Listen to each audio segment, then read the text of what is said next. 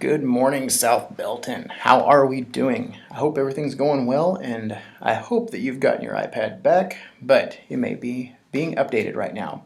So what we're going to do right now is just some general iPad iOS 7 information. First thing I want to go over, which can make your life and your teacher's life so much easier, is the Spotlight search. Now, it used to be on the Spotlight search, you could drag to the left or drag to the right and you'd find a Spotlight search over on the side. Well, that's not there anymore.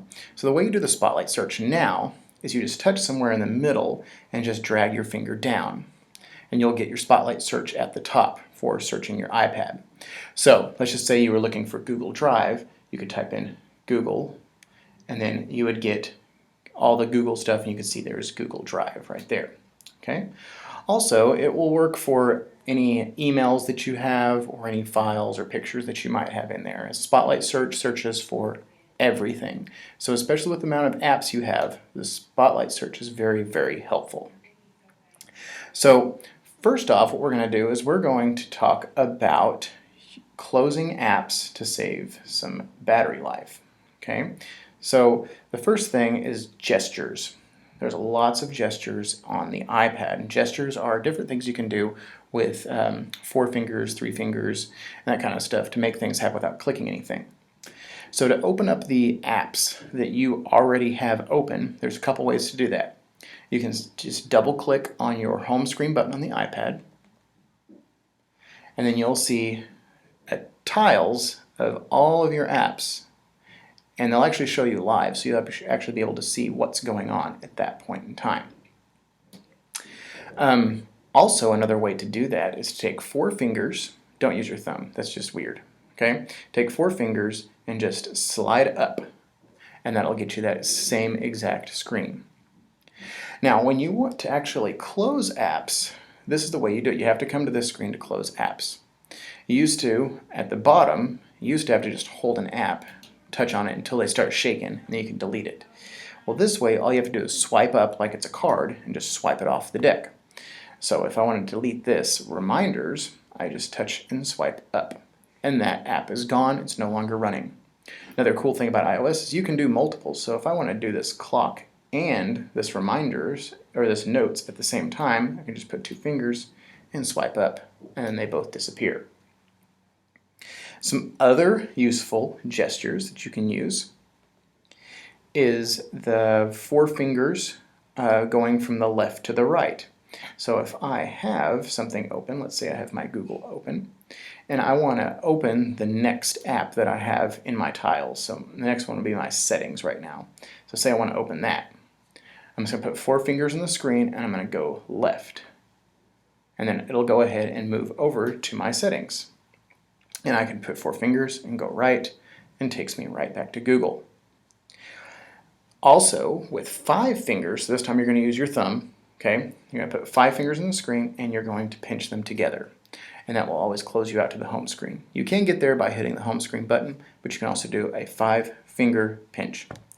2 more things. You've also got a notification bar from the top. So if you swipe from the top and go all the way down, you'll actually start from outside of the screen and swipe down. You'll get your notifications. This is where events will pop up. If you have any apps that are updating you about certain information, you'll see them on the screen. So we're going to swipe up and get rid of that.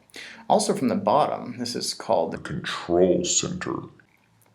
And from here you can control music, you can control volume, you can control your airplane mode. So if you really want to save a lot of juice, you can turn off your Wi-Fi and Bluetooth and everything in airplane mode. You can turn off your Wi-Fi, you can turn on and off Bluetooth, you got alarms, you've got your timer, you've got your camera, and you can even control your brightness, all from that screen. So you don't ever have to go into settings to get to that anymore. So I think that's a really awesome feature. All right, so we're going to go to our next topic, which is saving our battery. So even if you knew all that last stuff, good for you. You're awesome.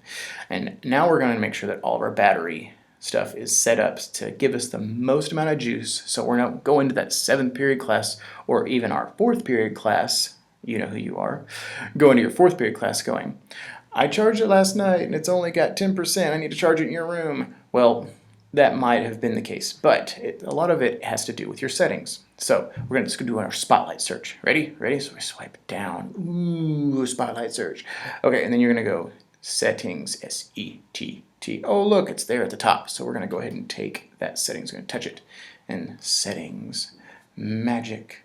Okay, so now we're going to go to some battery saving tips. Now, some of you all already did this, but let's walk through it. So everybody in the school is going to do this together. And we're all going to be battery saving ninjas. So we're going to go turn off our motion first. There's some really weird stuff in iOS. It looks kind of cool, but it takes a lot of battery. So we're going to turn the motion off. So we went into settings, and then we're going to go up here to the top where it says general. I'm going to touch on general.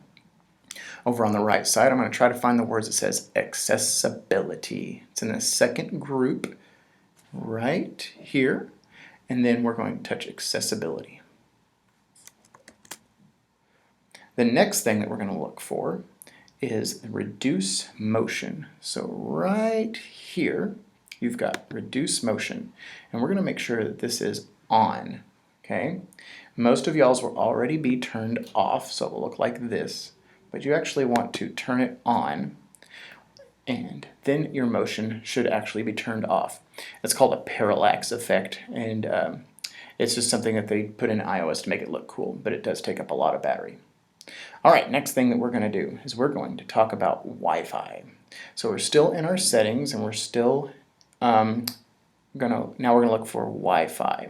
Okay, so we're going to go all the way to the top, and we're going to click on Wi-Fi. Now, while you're in Wi-Fi, you're going to look for the one that says Ask to Join Networks. Okay? And you're going to make sure that that is off. Okay? So right here. Mine is already off because I already set it, but yours is probably already on, and turn it off. So what that does is that while you're at school, you're using the school one.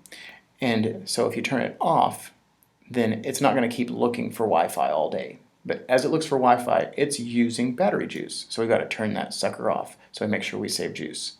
Okay? Now when you're at home, you might want to turn it on, or when you're out and about, you might want to turn it on so you can search for the Wi-Fi. But while you're at school, leave it off.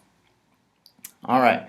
Last one is we're going to disable our auto dimming feature. So we're still in settings, and we're going to find the one that says wallpapers and brightness. We're going to touch on wallpapers and brightness.